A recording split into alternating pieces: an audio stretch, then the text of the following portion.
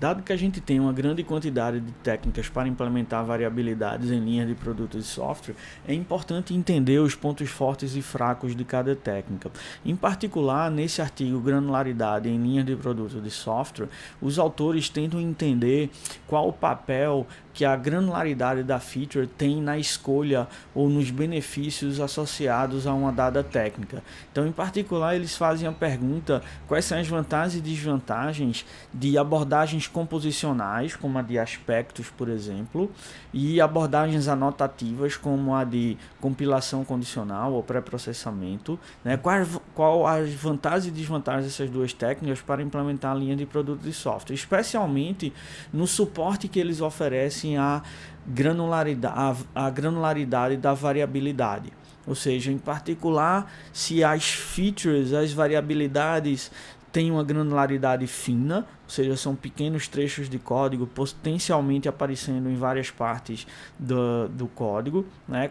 Qual dessas técnicas dá melhor suporte, ou se a variabilidade da feature ela normalmente aparece em grandes blocos de código associados a poucos pontos na arquitetura do sistema, afetando poucas classes na arquitetura do sistema, qual dessas duas técnicas dá um melhor suporte. Além de responder essa pergunta nesse artigo, os autores propõem, com base na resposta obtida, eles propõem uma nova ferramenta de suporte ao que eles chamam de separação de preocupações virtual, né? Virtual Separation of Concerns. E aí, mais adiante, a gente vai explicar melhor isso daí. Como é que eles respondem essas perguntas? Basicamente, realizando 2 estudos de caso num ambiente de laboratório, ou seja, na universidade eles pegam 2 sistemas e desenvolvem os 2 sistemas com as 2 técnicas e comparam os resultados. Então não é exatamente um experimento controlado, certo?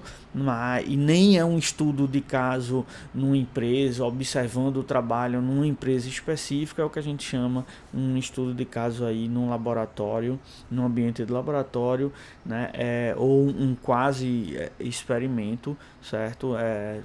Fazendo uso de uma terminologia não tão rigorosa. No artigo eles chamam isso de estudo de caso, tá? Mas muitas pessoas entendem que estudo de caso seria só observação num contexto real, e o que eles fizeram é num contexto de laboratório de universidade, tá?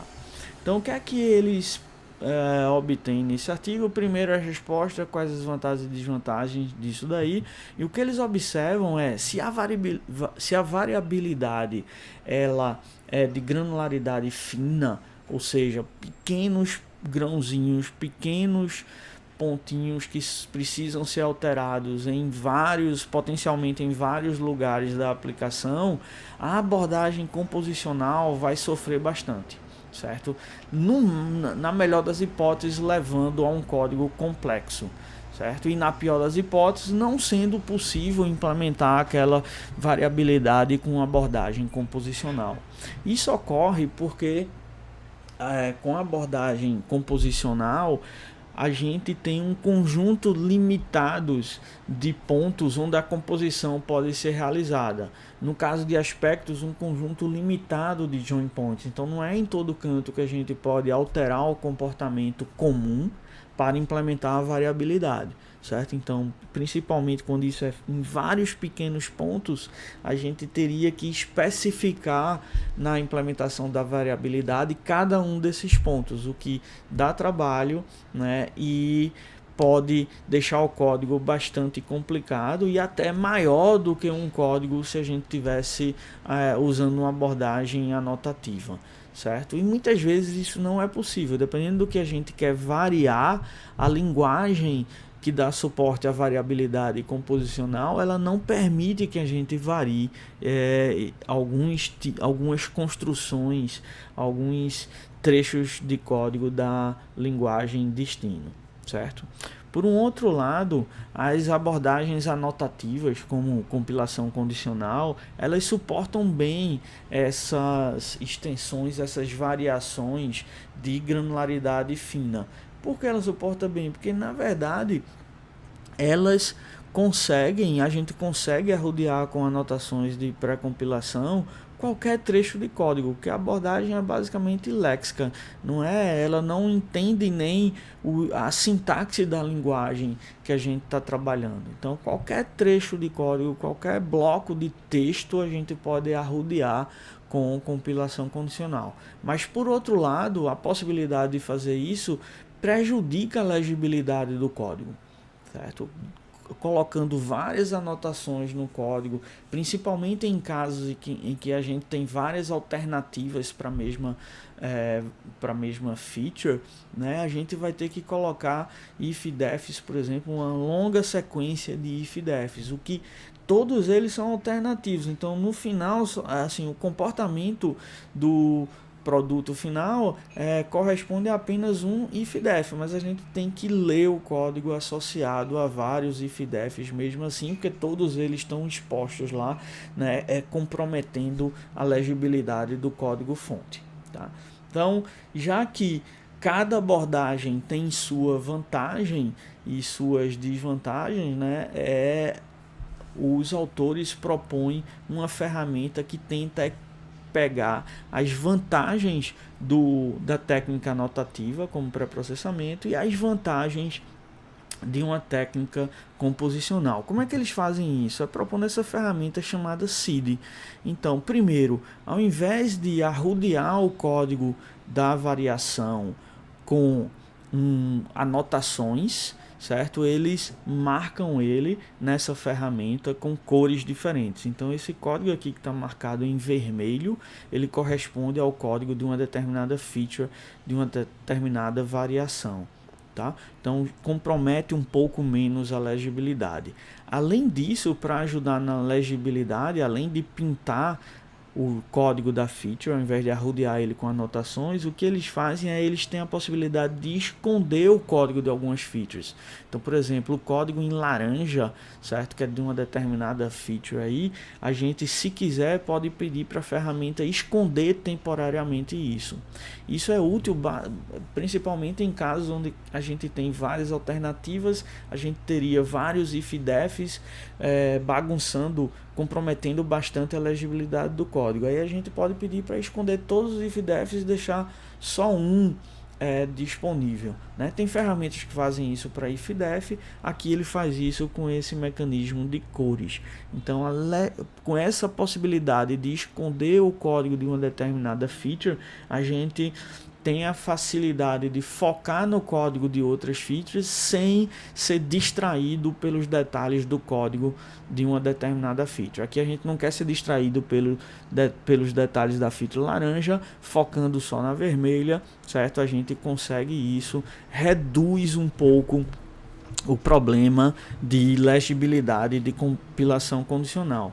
E ao mesmo tempo, por ser esse esquema de anotar cores do código, a gente permite, né, uma granularidade muito fina. Então a gente tem a granularidade fina nessa solução, suporte a implementar features com granularidade fina, mas ao mesmo tempo a gente reduz um pouco os problemas de legibilidade normalmente associados a técnicas que dão suporte à granularidade fina, né? A gente aqui tem uma outra feature azul e aqui a gente tem um caso interessante, que é código que precisa ser ativo caso duas features estejam ativas, certo? Em compilação condicional isso seria anotado com a expressão end no if-def, né? E aqui é com uma cor diferente que combina duas cores existentes, tá? Aí a gente tem esse mecanismo baseado em cores. Então, basicamente, a ideia dessa ferramenta é dar suporte ao que os autores chamam de separação de preocupações virtual, né? Separação de preocupações é um termo que é usado para explicar e está associado a muitos mecanismos composicionais, onde cada módulo que vai se compor, por exemplo, cada aspecto, né, ele separa as preocupações, ele separa o código de uma feature específica, né? Aqui a gente não tem aspectos, não tem módulos diferentes, mas a gente virtualmente consegue separar escondendo, né, o bloco da feature. Então, com essa ferramenta a gente pode pedir para a ferramenta mostrar apenas o código de uma feature específica, depois de outra feature específica. Então há um certo nível de separação, não fisicamente no texto do código, que vai conter tudo, mas virtualmente através dessa ferramenta que usa cores, tá? Então, com essa solução, a gente dá tanto suporte à granularidade fina e um melhor suporte à legibilidade do que compilação condicional. Tá? Apesar dessas vantagens, é importante notar que no momento que a gente esconde a feature, a gente esconde também as dependências do código associado à feature. E as dependências muitas vezes são úteis para entender como é que vai se comportar o sistema, ou como uma determinada alteração naquela feature pode impactar outras features, né? Então, apesar dessas vantagens, a gente torna com essa ferramenta SID mais difícil o processo de entender e evoluir uma linha de produto de software. Se a gente precisar alterar uma determinada feature, as outras estando escondidas, a alteração que a gente faz nessa feature pode impactar as outras sem a gente notar, certo? E mesmo para o entendimento, às vezes, para entender o código de uma determinada feature, a gente precisaria entender o código de outra, principalmente quando há interação entre elas e dependências entre elas. Mas se o código das outras está escondido, a gente pode perder isso e não ter um entendimento correto, adequado do sistema. Para resolver esse problema, a gente tem esse outro artigo aqui, Feature Maintenance com Emergent Interfaces, onde os autores propõem uma solução, propõem uma ferramenta para isso, né, e investigam se a existência de interfaces entre features que são computadas sobre demanda, se elas reduzem tanto o erro na manutenção de feature, quanto o tempo para manter as features. Então, basicamente, essa ideia do artigo, ele faz 2 experimentos controlados, propõe uma ferramenta de cálculo de interface com visualização dessas interfaces e realiza 2 experimentos controlados para medir o tempo que é necessário para realizar uma determinada tarefa com e sem essas interfaces, e a quantidade de erros que está associada à realização de tarefas com e sem essas interfaces. Então aqui mostra basicamente a ideia da ferramenta, certo? É baseada no SID, então é a extensão do SID, né? E para cada feature a gente tem a ideia de quais são as dependências dela. Então aqui, vamos supor que esse código é de uma determinada feature, né? A gente vê a dependência dela em relação ao código de outras features. Isso é feito através de uma análise estática de dependência de fluxo de dados. Então a gente vê se uma variável que é definida, faz parte de uma determinada feature, se ela impacta nos valores de comandos associados a outras features. Se tem uma outra feature que tem um comando que lê o valor dessa variável alterada pela feature inicial, né, a gente tem condições de perceber isso. Intuitivamente é isso daqui, mostra um exemplo, tem um código aqui escondido da feature de ordenamento, tem um código aqui escondido de uma feature copy, por exemplo, certo? E passando o mouse por cima desse código escondido, a gente consegue ver que essa feature sorting, ela provê algumas variáveis para a feature copy. Então basicamente a ferramenta está ajudando aqui, através de um warning, a gente a identificar que há uma dependência entre essas features que estão escondidas. Então a gente consegue ter um melhor entendimento do código, tá? Então os resultados dos experimentos mostram que a gente tem uma redução significativa do tempo, 3 vezes menos tempo é necessário para realizar mudanças, né, com essas interfaces emergentes. Claro que isso não pode ser generalizado de uma forma geral, isso daí é o comportamento observado em 2 experimentos controlados. Foi feito primeiro um experimento num determinado contexto e uma replicação do mesmo experimento em outro contexto, e os resultados são compatíveis. tá? Mas são experimentos que são limitados pelo pequeno número de alunos envolvidos. Então, para generalizar isso para um contexto real, a gente teria que realizar outros tipos de experimentos ou estudos de caso, tá?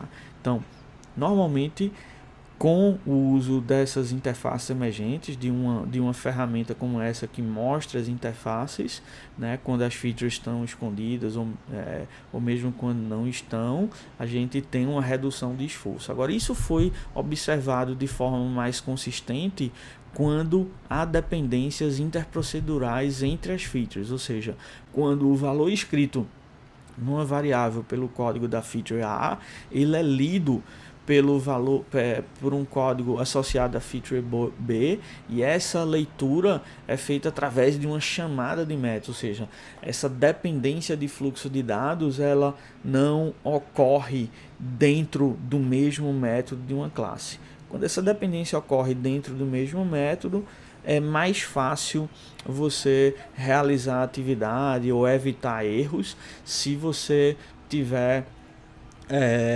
mesmo sem a ferramenta você consegue realizar essa atividade, provavelmente evitando erros. Mas quando essa dependência é entre métodos, possivelmente entre métodos de classes diferentes, né, aí o benefício da ferramenta é maior, tá? Isso com relação ao tempo para realizar a atividade, né? A gente está medindo aí esforço em termos de tempo, mas para erros também foi observada uma redução no número de erros cometidos pelas pessoas que realizaram as atividades com a ferramenta Emergo, que mostra as interfaces emergentes.